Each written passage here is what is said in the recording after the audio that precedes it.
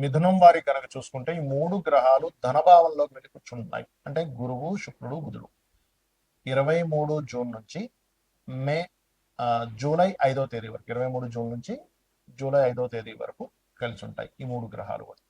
తర్వాత మరలా బుధుడు వెనక్కి వస్తాడు వక్రించుకుంటూ, మరియు అదేవిధంగా శుక్రుడు కేతుతో వెళ్ళి కలుస్తాడు. That is different case. అయితే ఈ గ్రహాల యొక్క సంబంధం మీకు ఎటువంటి ఫలితాలను ఇస్తుంది, ఏ దేవత ఆరాధన చేయాలి, ఇటువంటి విషయాల పట్ల మీరు జాగ్రత్తగా ఉండాలి. ఎందుకంటే మీకు దశమంలో శని ఉన్నాడు, 12లో కుజుడు వచ్చి కూర్చుంటున్నాడు ఇప్పుడు 21వ తేదీ నుంచి కూడా. మరి వీటి యొక్క ఫలితాలు ఏమిటి అనేటువంటి అంశాలు చెప్తుంది నేనైనప్పటికీ, చెప్పిస్తుంది సాక్షాత్ లలితా అమ్మవారిగా భావిస్తూ ఆ లలితాంబిక అమ్మవారి యొక్క అనుగ్రహం మీకు పరిపూర్ణంగా కలగాలని మనస్ఫూర్తిగా కోరుకుంటూ, ఇక్కడ ధనస్థానంలోకి వచ్చి కూర్చున్నాయి మూడు గ్రహాలు. అందుకని మీకు గతంతో పోల్చుకుంటే ఖచ్చితంగా 23వ తేదీ జూన్ నుంచి మే 5వ తేదీ వరకు మిథున లగ్నం వారికి ధనపరమైనటువంటి విషయంలో అనుకూలత ఉంటుంది. ధనపరమైనటువంటి విషయాల్లోని కుటుంబీకులు, కుటుంబ సంబంధించిన విషయాల్లో, కుటుంబ అభివృద్ధి కోసం చేసేటువంటి పనుల్లో చక్కటి అనుకూలత ఉంటుంది. అదేవిధంగా దశమంలో శని ఉన్నప్పటికీ దశమ స్థానంలో ఉండే శని మీద గురువు యొక్క దృష్టి రెండు శుభగ్రహాలతో కలిసి ఉన్నందుకు ఉద్యోగ ప్రయత్నాల్లో మీరు ఏదైతే జాబ్ కోసం ప్రయత్నం చేస్తూ ఉంటారో ఆ యొక్క జాబ్ సంబంధించినటువంటి విషయంలో అనుకూలత పెరుగుతుంది. కొత్త జాబ్స్ వస్తాయి, జాబ్స్ కోసం చేసే ప్రయత్నాలు ఫలిస్తాయి. అయితే మరింత అనుకూలత రావాలి అంటే మీరు ఏం చేస్తారంటే, నవగ్రహాల్లో ప్రత్యేకంగా మీరు కేతు గ్రహం దగ్గర, ఎందుకంటే ఇంటర్వ్యూస్ అనేవి 3వ స్థానంలో చూస్తాం. కేతువు, కుజ, శని, రాహు గ్రహాల దగ్గర దీపారాధన చేయండి. ఓం మాణిక్య మకుటాకార జానుద్వయ విరాజితాయే నమః అనే మంత్రం చేయండి. అన్ని విధాలా మీకు బాగుంటుంది. మరియు ఇక్కడ ఎప్పుడైతే 12వ స్థానంలోకి కుజుడు వచ్చి కూర్చున్నాడో 6వ అధిపతి మీకు, కాబట్టి ఎట్టి పరిస్థితుల్లో 21వ తేదీ నుంచి ఒక 45 రోజుల పాటు ఇన్వెస్ట్మెంట్స్ జోలికి వెళ్ళకండి దయచేసి. 12వ స్థానంలో 6వ అధిపతి ఉండడం అనేది ఏంటంటే అప్పు చేసి ఇన్వెస్ట్మెంట్స్ చేయడం అనేటువంటి రాంగ్ స్టెప్ పడుతూ ఉంటుంది. కాబట్టి ఈ విషయంలో జాగ్రత్తగా ఉండండి. 3లో కేతు ఉన్నందుకు కొంచెం కమ్యూనికేట్ చేసేటప్పుడు ఎవరితోనైనా కొద్దిగా జాగ్రత్తగా ఉండండి. ఎందుకంటే 3లో ఉండే కేతు మీద కుజుడు దృష్టి కూడా ఉంది. మరి అనవసరంగా మిస్కమ్యూనికేషన్స్ అవుతున్నాయి ఎక్కువగా అనుకునేటువంటి వారు ఓం కర్పూర వీటి కామోద సమాకర్ష దిగంతరాయ నమః అనే మంత్రం చేయండి. శని, రాహు, కుజ, కేతు 4 గ్రహాల దగ్గర దీపారాధన చేయండి. ఖచ్చితంగా అన్ని విధాలా మీకు బాగుంటుంది.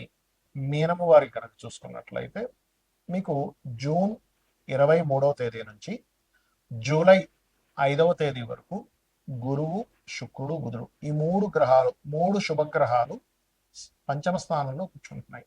దీనివల్ల కలిగే ఫలితాలు ఏమిటి, అదేవిధంగా మీకు ఏనాడు శని నడుస్తుంది, రాశిలో శని ఉన్నాడు, 12లో రాహు, 6లో కేతువు, 2వ స్థానం నుంచి 3వ స్థానంలోకి వెళ్ళినటువంటి కుజుడు, 4వ భావంలో రవి యొక్క సంచారం జరుగుతుంది, 6లో కేతువు.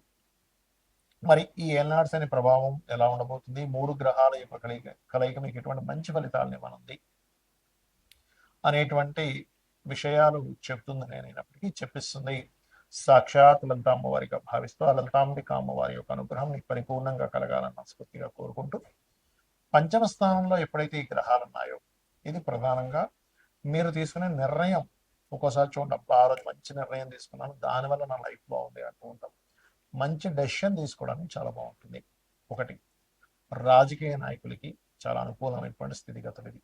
అదేవిధంగా మీరు ఏదైతే సంతానం కోసం ప్రయత్నం చేస్తుంటారు, ఎప్పటి నుంచో సంతానం కలగట్లేదు, లేదంటే పలానా మెడిసిన్ వాడతాము, లేకపోతే పలానా ఐవీఎఫ్లో, ఐయుఐలో, లేకపోతే చిన్న చిన్న చికిత్సలు చేయించుకుంటూ ఉంటాం, అటువంటి వాటికి పాజిటివ్ ఫలితాలు ఇస్తుంది పంచమంలో ఉండే ఈ మూడు గ్రహాలు. సంతాన అభివృద్ధి, ఆల్రెడీ సంతానం ఉన్నారు వాళ్ళకి కొంచెం చదువు మీద ఇంట్రెస్ట్ కలగడం కానివ్వండి, వాళ్ళ యొక్క దుర్వ్యసనాలు మారడం కానివ్వండి, సంతానానికి ఏదైనా హెల్త్ ఇష్యూస్ ఉంటే అవి క్లియర్ అవ్వడం కానివ్వండి, వాళ్ళ విషయంలో కొన్ని శుభవార్తలు వినడం, అదేవిధంగా కొంతమంది స్నేహితుల ద్వారా కూడా కొంత మంచి ఫలితాలు రావడం, మీ యొక్క లవ్ ప్రపోజల్స్ ఏవైతే ఉంటాయో వాళ్ళకి పెట్టినప్పుడు వాళ్ళు యాక్సెప్ట్ చేయడము, క్రియేటివ్ ఫీల్డ్లో రాణించడము, ఇటువంటివన్నీ కూడా పంచమంలో ఉండేటువంటి ఈ మూడు గ్రహాలు మీకు అనుకూల ఫలితాన్ని ఇస్తున్నాయి. అయితే ఇక్కడ 2లో ఉండేటువంటి కుజుడు ఎప్పుడైతే 3లోకి మారిపోయాడో కొంత కుటుంబ సంబంధించిన వ్యవహారాల్లో ఉండే గొడవలు కూడా తగ్గుతాయి. 3లోకి మారినందుకు కొంత ధైర్యంగా కొన్ని నిర్ణయాలు తీసుకుంటారు. విదేశాలు వెళ్ళడానికి 12లో ఉండే రాహు అనుకూలిస్తున్నాడు మీకు. కాకపోతే నిత్య జీవితంలో కొన్నిసార్లు చూడండి, డైలీ లైఫ్లో ఉండే కొన్ని ఆటంకాలు మాత్రం ఏర్పడుతూ ఉంటాయి. దానికి ఏం చేయాలి అంటే, మీరు కేతు 6లో ఉన్నందుకు డైలీ లైఫ్లో మీరు ఏ పని ప్రారంభిస్తున్నా, ఎక్కడికి వెళ్తున్నా, ఏ పని చిన్న పని ప్రారంభించినా, చిన్న పని అనుకుంటున్నా, ఒక్కసారి మనసులో ఎప్పుడు కూడా గణపతిని ధ్యానం చేయండి. అలాగే ఏళ్ళనాల్సిన ప్రభావం గురువు యొక్క దృష్టి వల్ల తగ్గుతుంది. మీకు ఇప్పుడు అవ్వాల్సిన అంటే లేట్ అవుతున్నావు, కాస్త మూమెంట్ అనేటువంటిది ఉంటుంది. మంత్ర సాధనకి ఇది మంచి సమయం. మనకి లగ్నం నుంచి పంచమ స్థానంలో ఎప్పుడైతే గురువు ఉన్నాడో, శుక్రుడు బుధుడు కూడా కలిసి ఉన్నాడు, మంత్ర సాధన చేయడానికి, ఎవరి దగ్గరైనా గురువు దగ్గర మంత్రం తీసుకోవడానికి, మరి ఉపనయనాది సంస్కారాలు చేయించుకోవడానికి చాలా మంచి సమయం ఇది చెప్పాలంటే. ఇది ఈ యొక్క గ్రహస్థితి మీకు చక్కటి అనుకూలమైనటువంటి వాతావరణాన్ని ఇస్తుంది. ఇక మీరు నిత్యము చేయవలసినటువంటి దేవత ఆరాధన ఏమిటి అని చెప్పి చూసుకున్నట్లయితే, మీరు దక్షిణామూర్తి యొక్క ఆరాధన చేయండి. శ్రీమాత్రే నమః అని మంత్రం చేసుకోండి. ముఖ్యంగా లగ్నంలో శని యొక్క సంచారం, ఏళ్ళనాటి శని ప్రభావం ఉంది కాబట్టి లలితా సహస్రనామాలో ఒక అద్భుతమైన నామం ఉంటుంది. అది చేసుకున్నారంటే ఏళ్ళనాటి శని ప్రభావం 1% కూడా ఉంటుంది. అది ఏమిటి అంటే ఓం అనాకలిత సాదృశ్య చుబక శ్రీ విరాజితాయై నమః.